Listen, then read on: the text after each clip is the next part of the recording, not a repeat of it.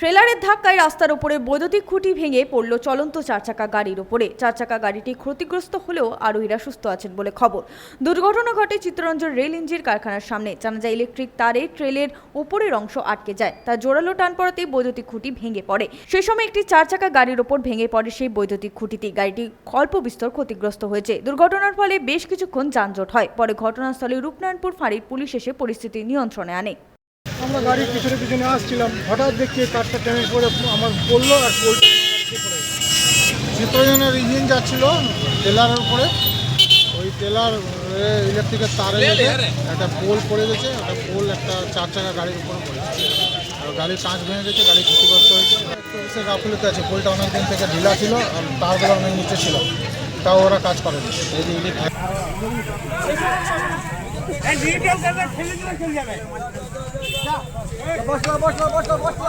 Sanjay Yadav, 99 news Bangla, Asansol.